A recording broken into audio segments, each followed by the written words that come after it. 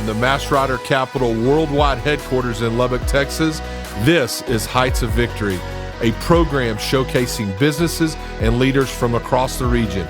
You can expect to hear stories of success with bouts of adversity and resilience, which when paired with hard work and a little West Texas grit, culminate in the heights of victory.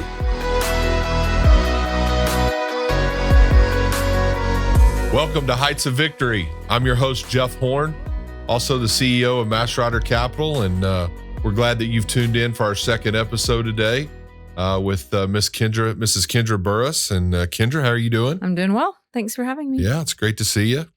I've known Kendra for quite a while. Kendra had a distinguished career at Texas Tech, working at the Health Sciences Center, then over in the Chancellor's office, and then recruited her to be a part of Mass Rider Capital, and also has become the CEO of 7 Crew Enterprises, and we'll go through all that. But Kendra, you're going to learn today is a go-getter, has relentless passion, and it's really a pleasure for you to join us for our second episode. So, you left out my language. Are you scared that I'm going to say a few things inappropriately? Do you cut that out? If I say a cuss word, do you cut that out? The show is censored. Okay. Yeah, you can bleep it. Yeah, we can bleep it, but just letting you know right up front. And so let's get right to some of those bleeps and learn about your distinguished childhood. In Idalou. In Idalou, Texas. All roads lead to Idalou. Yeah. What was your childhood like and your high school years? A blast. Grew up in Idalou on the farm, had a very large family, lots of cousins. We all lived very close together. So pretty much sporting events all the time. I think there was a cover of the AJ, I forget how many years, when my youngest cousin, Travis, graduated from Idalou. And at that point, it was a solid 72 years that someone in my family, in the Isom family, had been in the Idalou School District. And that was the last one. And so we were always either playing basketball, football, stock show, or playing with our cousins. So yeah, it was good. Did the Idalou ISD celebrate that? I think they did. Or did they? I think they did, for sure.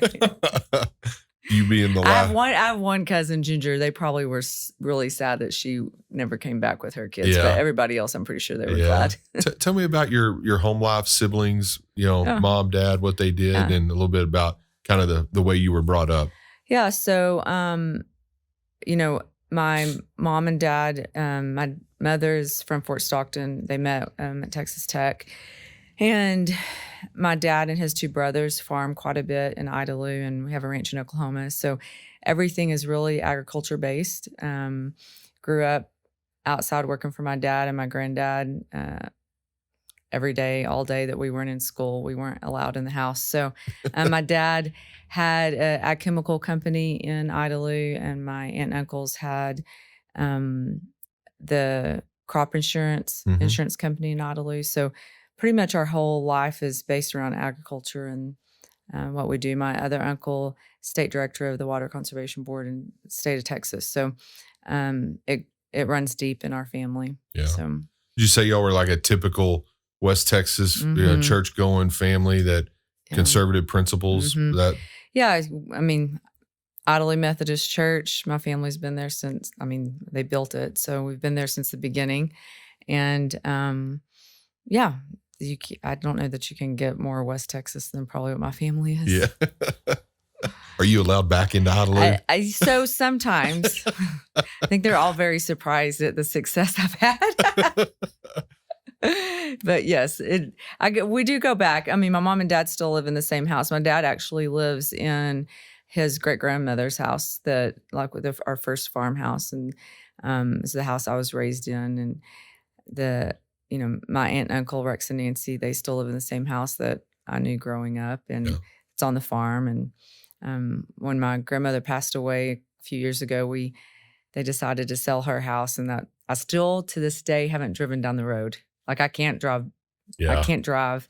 Miss Becknell had a birthday party across the street, a big birthday party, and they asked if I was going out there. I was like, Wanda, I'll come see you some other time. I just can't do it. I can't go back by our house. So yeah, it's deep for us. You know, we have that in common. My grandfather, Lieutenant Colonel R.C. Dacus, who was my mom's dad, he took me to all the tech games since I was 5, and he lived at 3403 59th, which is at 59th in Indiana.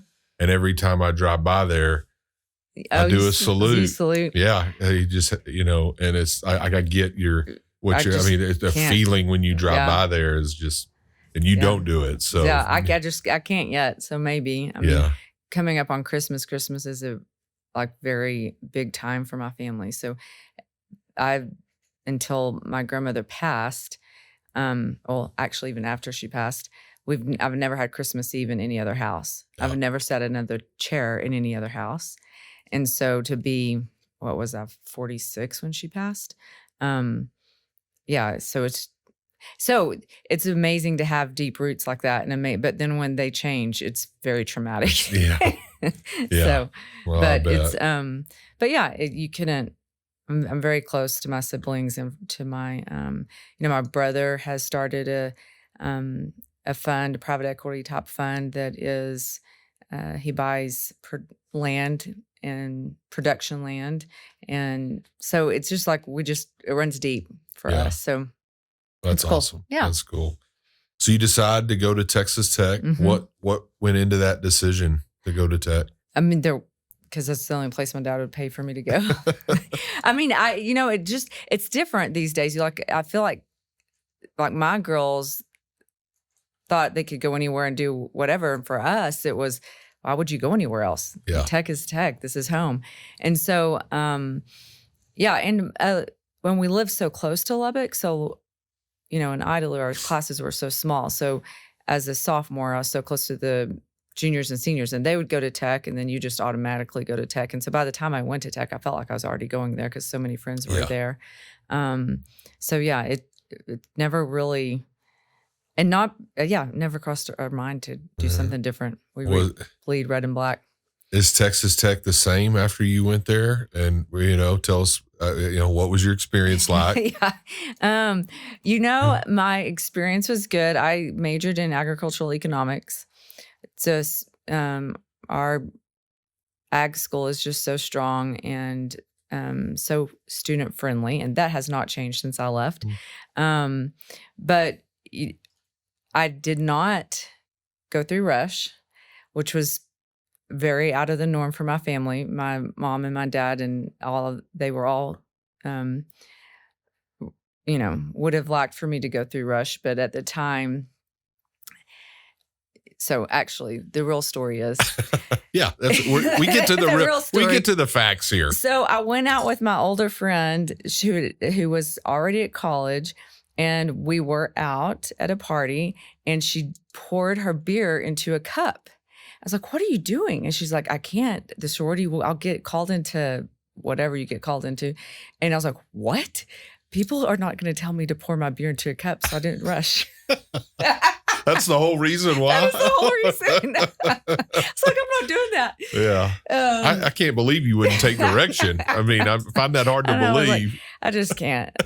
I can't. I mean, I like my beer out of cup. I just don't want to be told to do that. That's great. So you finish up at Texas Tech, and do you have your fondest college memory?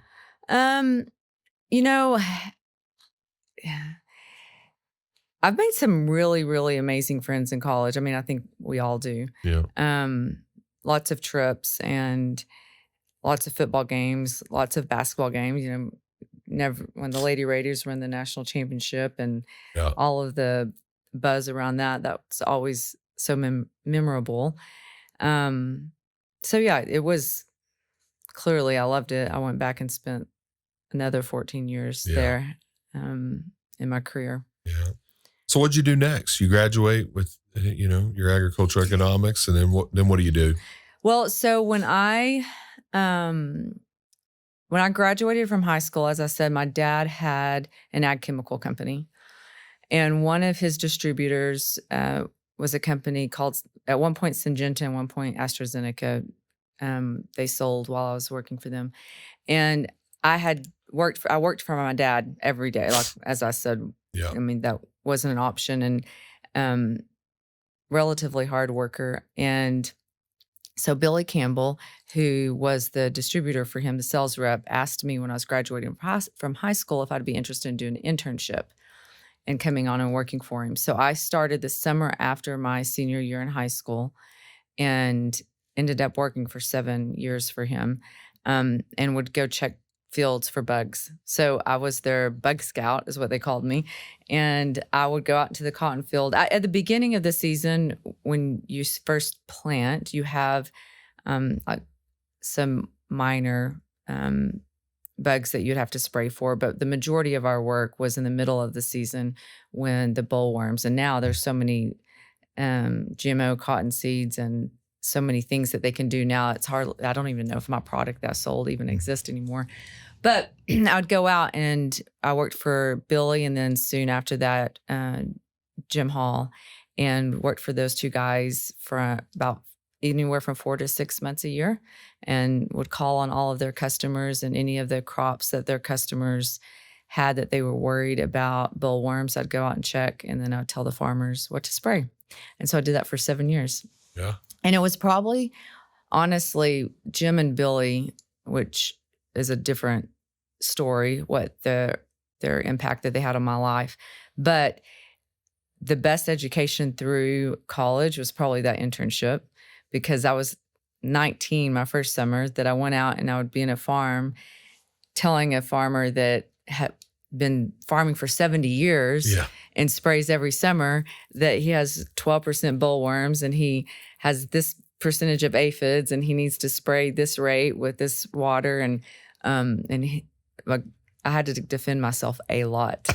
So it taught me a lot of communication skills, how to deal with people that didn't agree with me, how to defend what I knew that I was talking about, but also being respectful and, kind of knowing your place too. So, so anyway, I did that through college, and it was a pretty good gig. So I continued, and when I graduated, Scott and I had gotten married, and we were expecting our first child, and it was a nice job with babies, because it was usually like May through, the fall, September, October. And that's when Scott was not as busy at work. So it was it kept me going, and it worked good for our schedules. So you do that after college for a little bit. And then, like you said, you got married, and then Scott, you followed your husband to pursue an opportunity. Talk a little bit about that. Yeah. So Scott had the opportunity. He was a high school ag teacher, and he had the opportunity to go to the University of Missouri with one of his mentors and work on his master's and his doctorate degree. That was a pretty big decision for us as a family, because at the time we were living in Idalou. We had our first child, Lexi, and I was 5 months pregnant with our second one, Hillary, when he interviewed for that job. And so not only were we moving a long ways from home with 2 little ones, it was also financially going back to school with 2 babies. And so we just really felt strongly that was, even though it was really scary, we felt really strong that would be a good move for him and his career.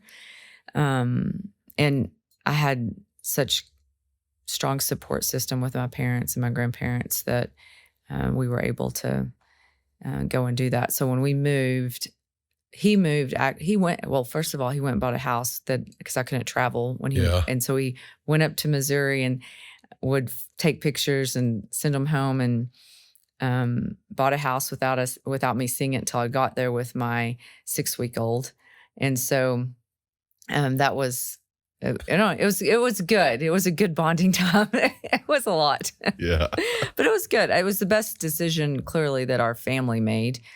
Just professionally, it was a really good decision. But it also was really good personally for Scott and I to, get away for a little bit and do it on our own and figure it out on our own, and not have, kind of set up the rest of your life. Yeah. Coming back. I'm interested a little bit before we move on to your next position of the perspective of being away for the first time and what this area meant to you when you were able to come back. Yeah. So And what was scary was when we left, were going to hope that there would be a job opening at Tech, but that you never know if that's going to happen or not. And luckily for us, it did. Right? Yeah, for Scott.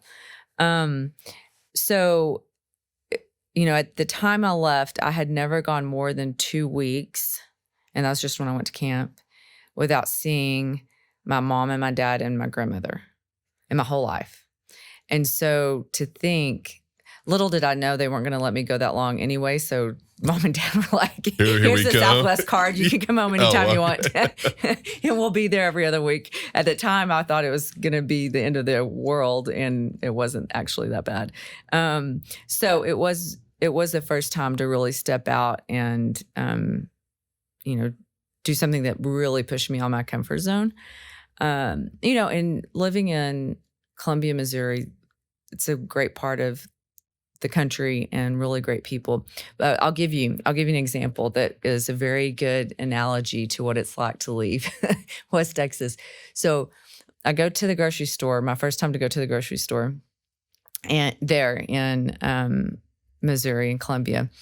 And I have one of the kids with me, and I'm going to check out, and she checks me out and puts my groceries there, and she's looking at me, and I'm looking at her, and she's looking at me. And I mean, all of a sudden it dawns on me, they don't sack your groceries. Yeah. I've never gone anywhere but Market Street my whole life and 2J's Thriftway. It is shocking when you go somewhere else. Yeah. And I felt so bad. I was like, oh my God, they think I'm a horrible person. You have to carry your own groceries.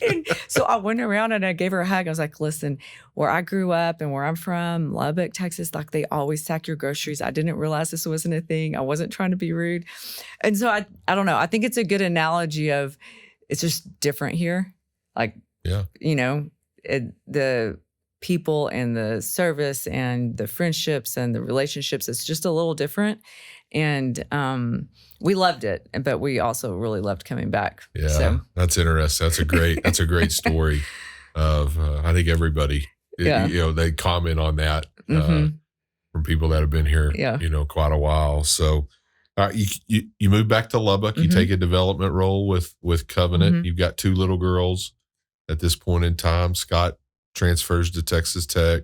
Give us that perspective. You were there a short time before you went over to Tech. Yeah. So when Scott came back, at the time, they were dedicating the Children's Cardiovascular Heart Center, like the ICU for children, to my uncle, Dr. Isom. And so as part of that dedication and the raising of the funds for that, I was a part of that because it was my family, and became good friends with the foundation there. And so started volunteering. So I really started volunteering on the board that was supporting that initiative. And in that process, at this point, when we moved back, Lexi was in first grade. She did kindergarten in Missouri. Lexi was in first grade, and Hillary would have been like 3. And so I knew that I would want to work and do something once the girls were in school. And so she was getting to the age where she was going to start in preschool in the SOAR program here in Lubbock. And the president of the foundation, through that volunteering, asked me if I'd be interested in doing development work. I didn't even know what that was at the time, but it worked out really well, and came on and did fundraising for their cardiovascular initiatives and neurosurgery, which was fascinating. Yeah. Then you move over to external relations for the Texas Tech Health Sciences Center, as you mentioned a while ago, the start of a 14-year career, and spent 10 years at the Health Sciences Center. Yeah. So it was, I just don't know. Like, I know everybody has really amazing opportunities, but to be able to go into the Health Science Center, that to me is the best university as far as medical and healthcare goes. I mean, we're the second largest to date. I probably should have checked my facts last time I checked. Second largest in the state. I mean, they graduate more healthcare providers than pretty much anyone else in the state of Texas, like their footprint and what they do. And then it also gave me the opportunity to go.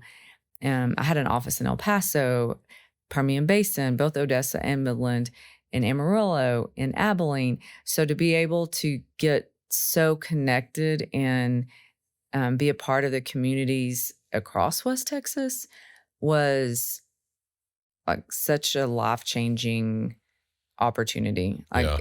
I have dear, dear, dear friends and have seen really the best of people across the state through their involvement in healthcare and how we provide for our families in this part Yeah. of the state. It was spectacular, honestly. We'll get to your role as the deputy chancellor and COO, but interested, like what would you say was the greatest accomplishment during those 10 years? In the Health Science Center? Yeah, the Health Science Center. I think there's kind of twofold. I think like bricks and mortar initiatives would probably be there's so many things, not me personally, but so many things that were really amazing. But the School of Public Health in Abilene we started from the ground up. So it wasn't naming a school that was already in existence or, and it's interesting because I knew the importance of this public health being from West Texas, but to do all of that before the pandemic. And I tell the donors and the families that supported the School of Public Health, I'm like, this money would have been a lot easier to raise after COVID than before COVID because it is so important. But working with the Matthews family in Abilene and Scott Deeser and that whole group to raise that money and start that school was pretty, the magnitude of that's pretty large, and especially that it's reaching across all of West Texas. And then I think just personally, when I started at the Health Science Center is really just a shop of fundraising. And when I left, we were communications and marketing, governmental relations, alumni relations, and had grown a pretty large department and was pretty productive. But I think, my right-hand person, Ashley, who was kind of my ride or die, and we did a lot together, was to be able to leave and let her step into my place when I left and to see what she's done. And so to be able to have that, I think it's important that you surround yourself with good people, but I also think it's important that you build them up so that they can take your place. Yeah.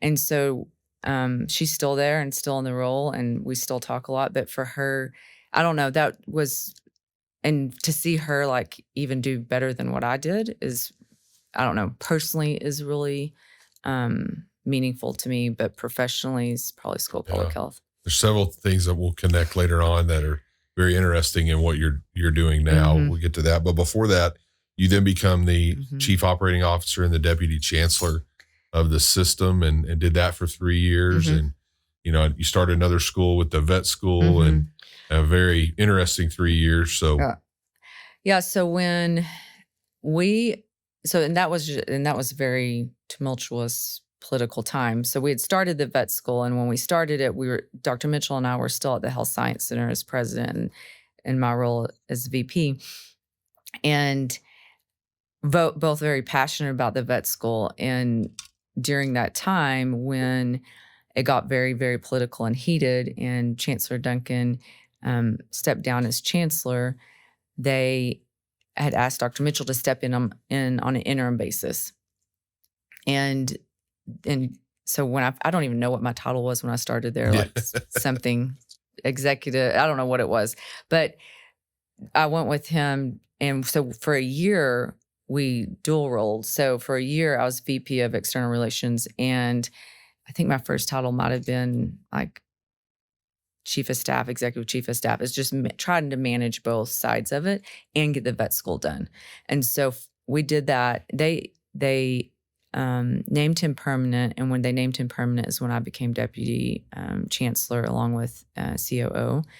But then we had to do a search for the president of the Health Science Center. And ultimately, Dr. Lori Rice Spearman took that.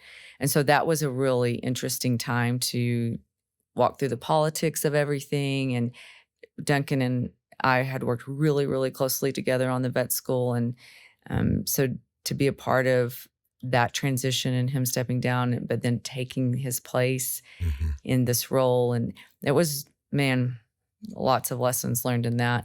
But once it calmed down and we got the vet school and we won, then my main, really, it was interesting because my main role went from, at the Health Science Center, was very external, and fundraising was very operational. And we had to cut the budget of the system about 20%, significantly had to scale back 2 departments within the system.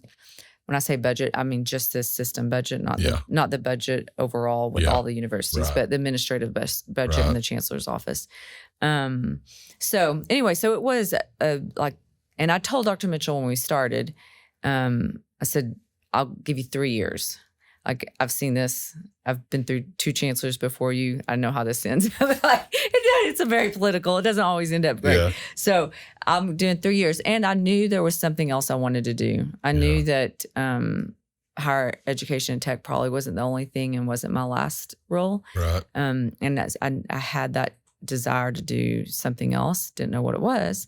But yeah, who knew? But I knew there was something that I would go and do after that. Yeah. So at 3 years, almost to the day, we had a meeting in the system office that was really interesting. I was like, you know what? I think this is my time. Yeah. And I told Dr. Mitchell that day, I was like, I'm going to start trying to see what my next career is going to be. I don't think he believed me, but I did. Yeah. And it took me about a year. Yeah.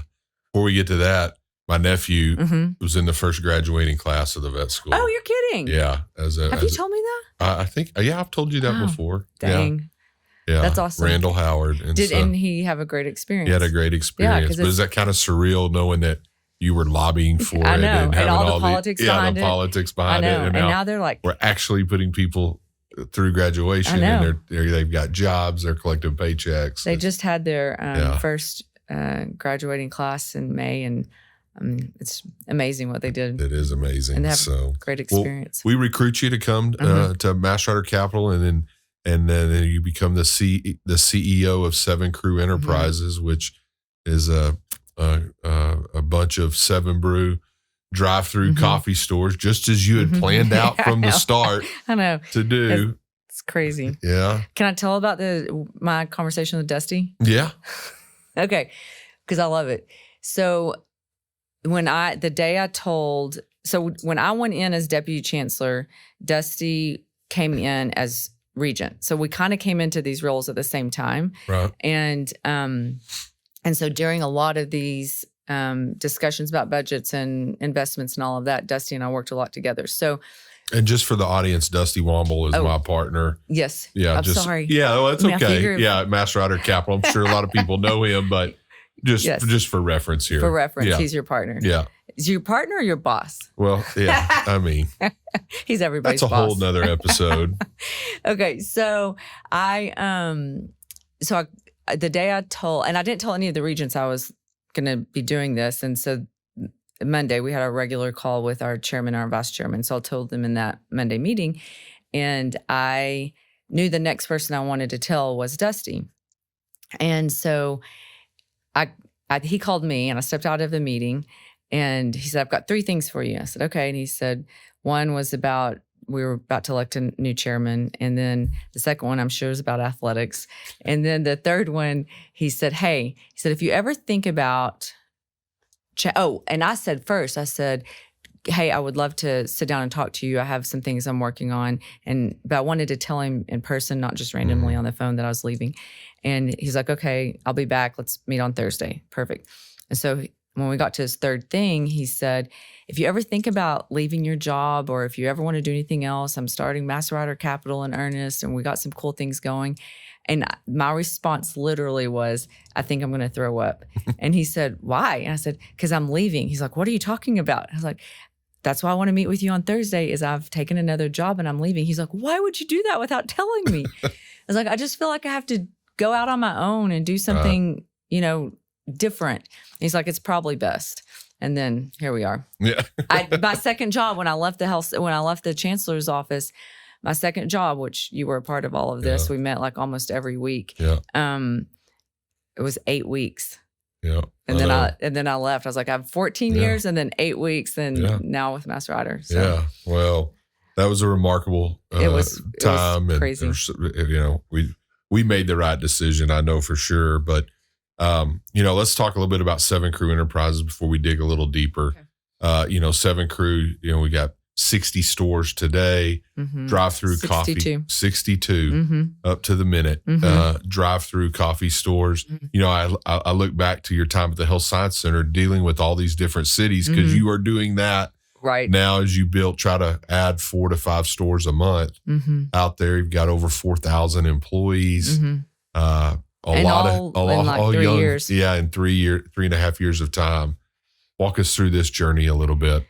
Yeah, it's almost, I said this the other day, it's almost best that it is so fast and we have such a fast pace, because I think if you had time to really slow down and think about what was actually happening, I would freak out. I just don't have time to. You freak out? I mean, sometimes but at this level, I mean, it's wild how many people that we have and construction and all of it, and the money we're spending, like it is to do what we're doing, and development is, I just can't. You can't think too hard about it, or it'll be very overwhelming. You just got to go.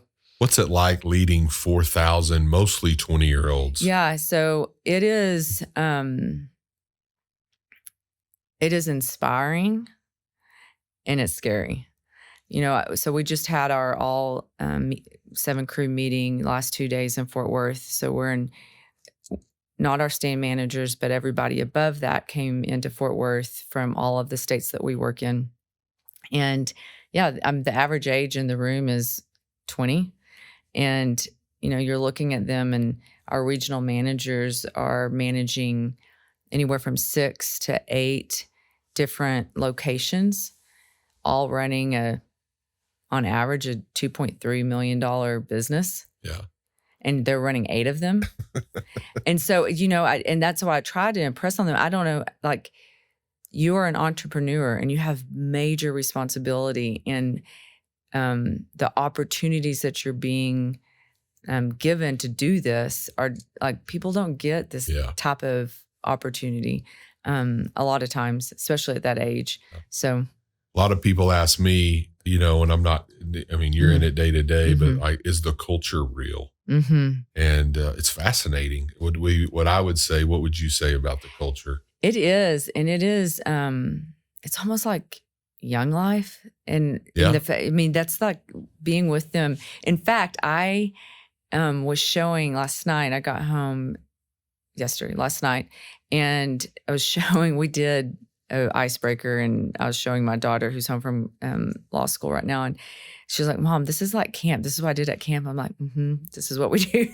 Like, this is the age. Like, you got to get them engaged, and anyway, it's very, and they love each other, and they love what they're doing, and they love the people that they hire. It's real. It's amazing. We're going to turn our attention now and dig a little deeper here with some questions. But I think the first thing that I want to say is, like, I think you're an inspiration to a lot of working mothers. You made the comment to me, that you felt guilty about that, maybe a little bit. Guilty may not be the right word when, you worked when they were younger girls, but now they realize the role model that you are. Talk to us a little bit about the delicate work-life balance. And work-life balance is bullshit. It doesn't happen. Like, it's not going to happen. It's never going to happen. You just got to figure it out. I mean, some days like this week, it's all about work, and I have a daughter home from school, and it's just not going to happen. Now, next week, it's all going to be about her. Like, I think that balance, I mean, you have to do what you have to do to get through. But I now try to mentor moms that have young children, and they're trying to get through it. My CFO just had a baby. Right. And in the middle of her having a baby, she closed a business when y'all merged. And then we just had to do our first board meeting to do our 2026 budget like 2 weeks ago. I think her maternity leave was pretty short, but I'm at her house holding her baby. And if she's needing to do work on it, something, I'm all in on supporting the mother, and how, especially the ones that work for me, I think that they would all say that, but also my friends, try to mentor them. And it's hard. It's really hard. I think that when I have one of my friends, Erin, when she's having a hard time with her kids, I'm like, call Hillary. I've literally put Hillary on speakerphone. I'm like, tell Erin what you think about working moms. Like, tell her it's not that bad having a working mom. Like all of this guilt she has. Hillary doesn't even remember all the things that I had guilt about. I'd cry about it. Hillary doesn't even remember them. But I do think that one of the things I try to do, and I tell all of my friends with young kids, is to the level, I've always been blessed to have bosses and working for companies that embrace families, but they're part of my work. Yeah. Like that, Hillary and Lexi have heard so many conference calls in my phone. I never put my earbuds in. I never take it off speaker. I want them to hear how I behave. I want them to hear how the meetings go. I mean, it's hilarious because during the vet school time, Dr. Lana Reagan is from Australia, and he's the founding dean of the vet school. Yeah. And there was probably 3 years I talked to him every single day when we were trying to get the vet school. And he has this really thick Australian accent. And Hillary would always be like, why are you talking to someone in Australia? Because she heard every conference call. Yeah. But I wanted her to hear what, and they just know. Exposure. Yeah. And they see it and they feel a part of it. So there were not two people that celebrated more than I did about the vet school than my two girls. Yeah. Because they were a part of it along the journey. And I think it's cool for kids, and it makes it a little more worth it. So it's hard though. That's awesome. You've talked a little bit about being on this side of mentorship, where you're, you're reaching where you're mentoring younger people. Who were the person or two that mentored you as a young person that you really think a lot of and look up to? Yeah. So I'm going to leave my family out of it because that's clear. My dad, my work ethic comes directly from him, and my grandfather, Bruce, and my mom, who's amazing. So I'm going to leave them out of it because I would go on forever. But my first two bosses I spoke about, Billy Campbell and Jim Hall, taught me they're completely opposite. Like Jim Hall, the only reason I ever was able to work for Hans was because of Jim Hall. Jim Hall, like if you didn't know what he wanted before he knew what you wanted, if you weren't where you were supposed to be before he knew you were supposed to be there, he would lay into you. But he also cared so deeply about you. And then obviously Dr. Mitchell, working for him for as long as I did, and the leader that he is, and, public speaker, and how compassionate he is and smart, and how he reads, like just how he prepares and listens. I just don't know how you get a better mentor and example of. Yeah, remarkable career. It's really unbelievable. Yeah. I'm interested too, for your perspective. You've got, 14 years at a public institution. Mm-hmm. You're now in really, you worked at the ag chemical company, but you're leading a very private, enterprise now. What are the differences? What are some of the similarities? And because it's not only like in higher education, it's like the slowest, most bureaucratic system to come from. And now we're, the fastest growing brand there is in America right now. Like we're making news on how fast we're growing. So it's not like you're just going from the public to private. We're going from like one extreme to the other extreme. Yeah. Snail. Yeah. Yes. Yeah. And I've loved it. I love the fast pace. So it's been good. I think it is, the differences obviously are how quickly you can get business done. And I wish that was, to be honest, a little better in higher education. I think that they could be a lot more productive if we could move a little faster. I understand the structure and why, and I respect it, but I do think that it could be stretched a little bit to move a little faster. But in reality, it's the people and the people you surround yourself around. It's the people of tech were amazing, and the team that we've built at Seven Crew, you know, my leadership team, my CFO is 30 years old. Yeah. And I mean, you know her.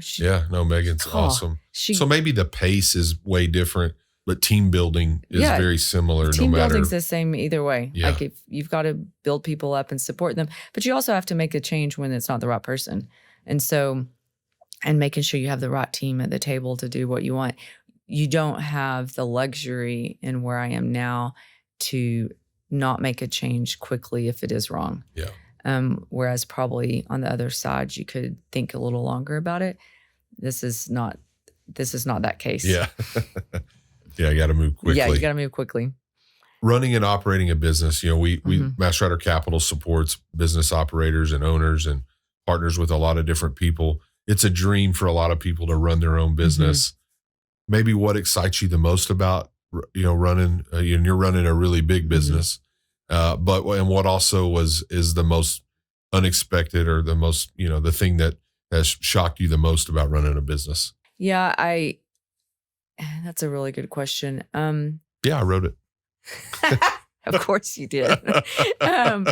The thing that probably has shocked me the most is how many entrepreneurs are out there. Like not just average entrepreneurs, like really amazing, forward thinking. Like you're just like, I want to sit in a room with you more often, you know? Yeah. That part has probably not shocked me, but it's been a cool surprise that are just willing to take a risk. And what I don't know how, and I think you will remember I can't remember we had like 3 or 4 meetings in this transition to come over to Master Rider. I remember them. I think one of them, I said, because I had no idea what this was. Yeah. Y'all just kept saying, we have this coffee thing. You asked a lot of questions. I know, of course I did. And I said, I don't want to just do coffee. I want to be a part of the Master Rider. I want to do the investments. I want to learn what the business is. I don't want to just do coffee. And look at like less than 3 years, I'm just doing coffee, and it's a pretty big damn deal, and it's awesome. It's a huge deal. You probably knew that. I feel like you kind of lied to me. Well, no, I didn't lie to you. I beat that into. I kept telling you, like, hey, this is going to be heavy on coffee. We're going to move fast, and you kept going, well, yeah, but I'm like, but anyway, it's a lot of. I didn't think any of us knew. It's a lot of coffee. I mean, did you know? I know you knew more. Clearly, you knew more than I did about the business. Yeah. But did you know when you bought, did you know when you all invested and bought the franchise rights for Seven Crew, that you would be positioning yourself in such a short time to sell to private equity and to have 3,000 plus employees? I think that when you model it, you can look at a model and you look at the numbers. Like, yes. So from that aspect, yes. Much like when I, owned Benchmark Business Solutions before, I think what you're unprepared for is the relationships that you generate, right, and the number of people and the magnitude of what was on that spreadsheet and what it takes to do that. Yeah. And so, no, I don't. I think you can have that vision, but the amount of people that it takes to put all that in place I don't think anything can prepare you for that. Yeah. You know, it's probably very similar to when you put the School of Public Health or the vet school, all the steps, when you get to the end and you've done it, you're like, man, that was a process. Well, and not only in the process and the foresight that, I don't know if y'all had this, but like we just went to this conference that you didn't go to this year, RFDC. Yep. And it is the brand that everybody's talking about. Yeah. So it's not only did you see it on paper, but then the fact that now you go to these conferences where all of these franchisees are gathered and talking about Taco Bell's and Wendy's and Jersey Mike's. And I mean, just goes on. And our brand is at the top of all conversations. Yeah. It's pretty cool. It is cool. It's way cool. Yeah. And it's there's a lot of people that have worked hard. None, you've been the leader, and congrats to you guys and your team for that. I want to talk a little bit about here's the quality that I would describe you with and that is of relentless passion. You said work-life balance is bullshit a while ago. And I, working with you, I am amazed at your passionate pursuit of excellence, your relentlessness. I think that is a lot of athletes have that trait, but like, where do you think you acquired your relentless passion? Oh, for my family.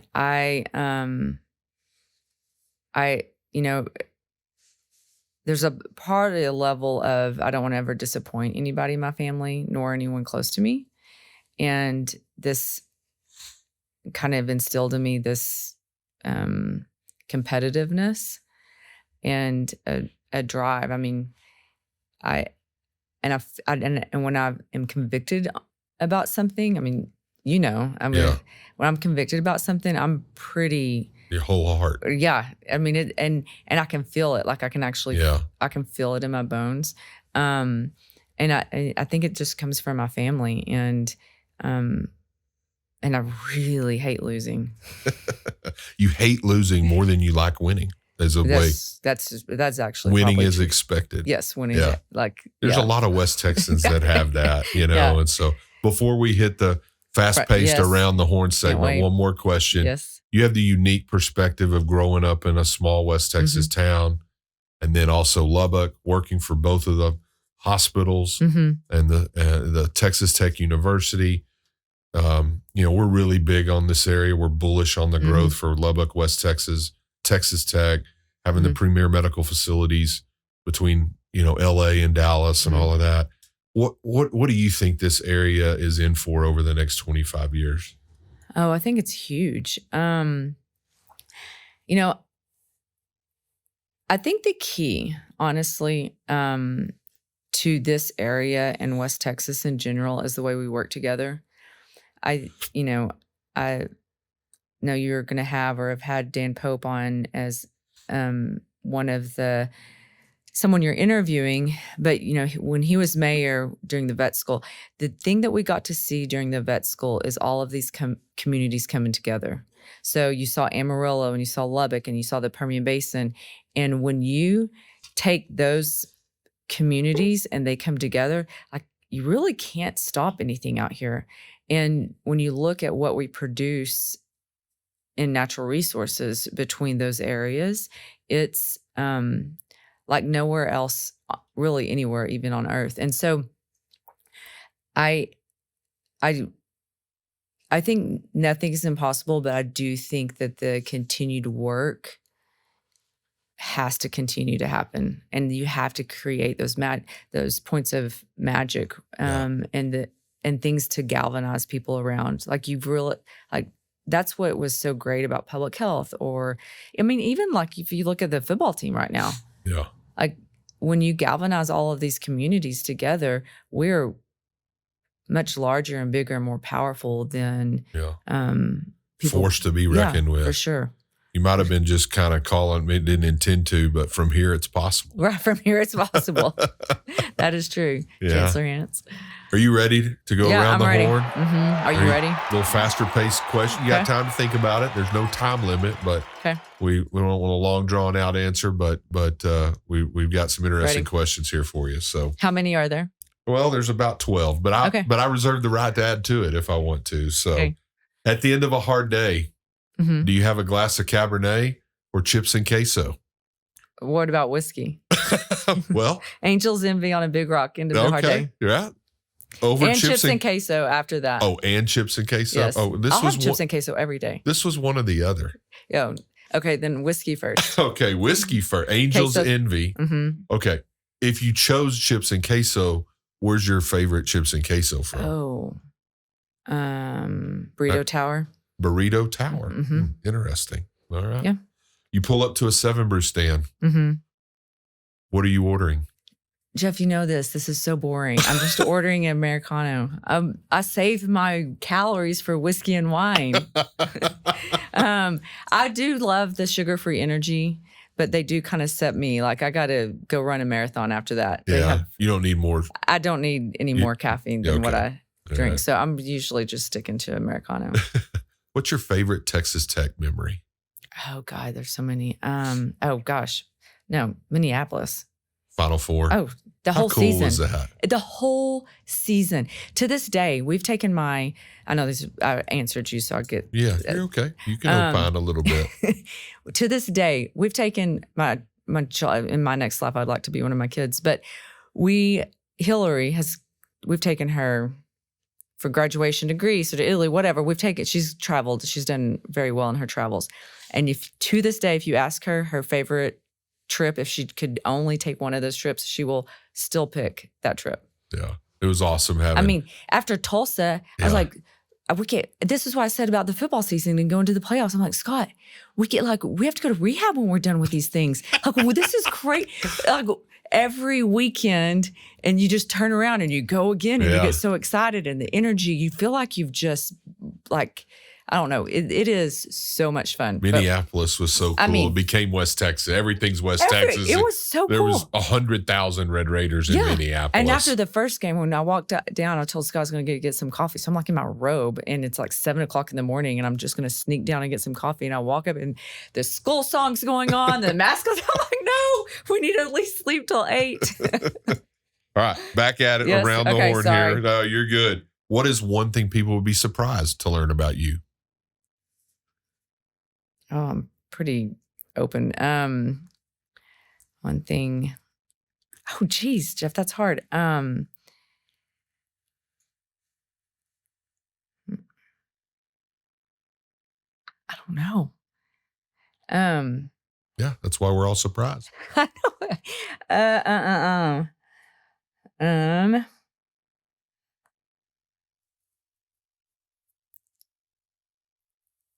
I don't think any. You're too much of an open book. Yes, I'm pretty open. I'm going to be a grandmother.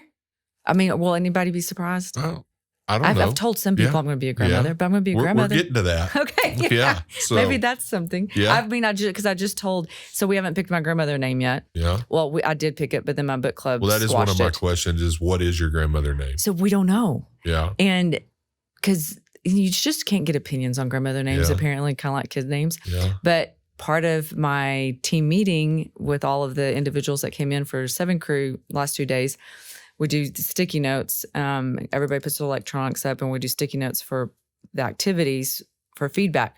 And one of them, I put, should my grandmother's name be? So I have 67 sticky notes of grandmother name possibilities that I sent to my girls. I'm like, pick one off. My team came up with it. So, but you haven't settled on Grammy. I know what I'm not going to be. I'm not going to be Granny. I'm not going to be Grandma. I'm going to be Meemaw. I'm not going to be any of those. You're going to be like a KK or something. Something like that. Yeah. Something that's, I won't tell you.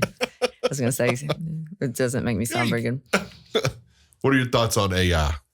Oh, geez. If you don't embrace it, you're going to get left behind.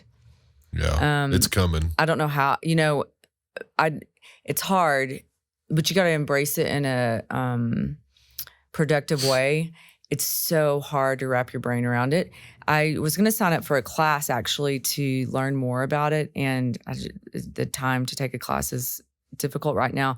But my sister actually and I talk a lot about this because she's working for my brother now. And I mentioned that he's and acquires a lot of land. A lot of what they acquire has to run off of water production and wells. And, and they have to look at all of that and how the land, each section lines up and what you can do. I mean, I know very, very high level about what they're doing, but she's starting to really use AI and that and put reports in and generate data points on it. And so I was at her house this weekend and she was pulling all of it up and showing me everything that they were able to do.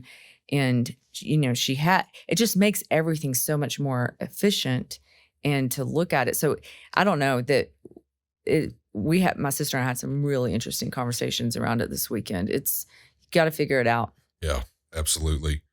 Does anything scare you more than flying through turbulence? No, it doesn't. I agree. Nope. You close a big deal. What are you doing to celebrate? Buying a watch. Buying a watch? Huh? Watches are your thing? No, they are. I've only closed one big deal. Okay. And so I got to watch. I feel like, I am very sentimental. Yeah. And so I have my grandmother's ring. The watch that I purchased for the sell a 7 Crew, I'll also put I'm having a grandson. I'll put his initials on it too. So someday when I'm not here, it'll be his watch. So I don't know. I like everything, all my jewelry. My bracelet I'm wearing today was the bracelet that my office gave me when I left the Health Science Center. In my going away party, they gave me a bracelet, and I wear it every day. And I've been gone 10 years. Yeah. So that's what I'll do. Awesome. What's your biggest pet peeve? People chewing with their mouth open. Oh, and I can see their food. Yeah. All right. Last question. It's a financial question. Oh, come on. Yeah. We got to dig deep here. I know. You and your numbers. Yeah. I want to ask you what the standard deviation. No. No, I'm just playing. What's your biggest goal for 2026? To open 50 stands. 50 stands. That's an ambitious schedule. It is. And so it's not only just opening the 50 stands. We have to open them on time, as you know. Doing our budget for next year. If you miss your date, you miss your budget, you miss people's bonuses. There's just so much riding on our development schedule, and opening on time and coming out of the gate hot. So that completes the Around the Horn. That wasn't too bad, was it? No, that wasn't too bad. Yeah. That wasn't too bad. You're a great sport. Thanks. Really appreciate you coming on the Heights of Victory. You're a remarkable leader. Like as I told you, your relentless passion, you're an inspiration to working mothers, and you're building a really unicorn type company at 7 Crew Enterprises. And I hate saying this because you've done so much, but you've only scratched the surface. I know of where this thing is headed, and it's awesome to work with you, and I look forward to many more years together. And really appreciate you being on the show and all of that. So thank you. It's fun. Yeah, taking time out of your schedule. To our audience, if you have a question for Kendra or me or the show, Heights of Victory, you can email us at heightsofvictory@mashrider.com. We really appreciate you tuning in for this week's episode, and we'll have another episode of Heights of Victory for you soon.